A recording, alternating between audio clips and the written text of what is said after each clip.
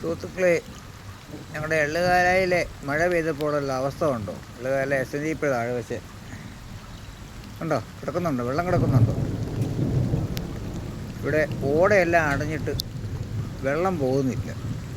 ഓടയെല്ലാം അടഞ്ഞു കിടക്കുക. അതുപോലെ ഈ വഴികളിലെല്ലാം കല്ലും മണ്ണും കയറി കിടക്കുക. ഞങ്ങളുടെ എള്ളുകാല വഴിയിലെ അവസ്ഥയാണ് മഴ പെയ്ത് കഴിഞ്ഞപ്പോഴുള്ളത്.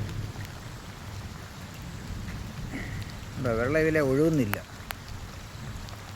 ഉണ്ടോ? ഇതിനൊരു പരിഹാരം കാണണം. കുറേ നാളുകളായിട്ടുള്ള ഒരു പ്രശ്നമായത്.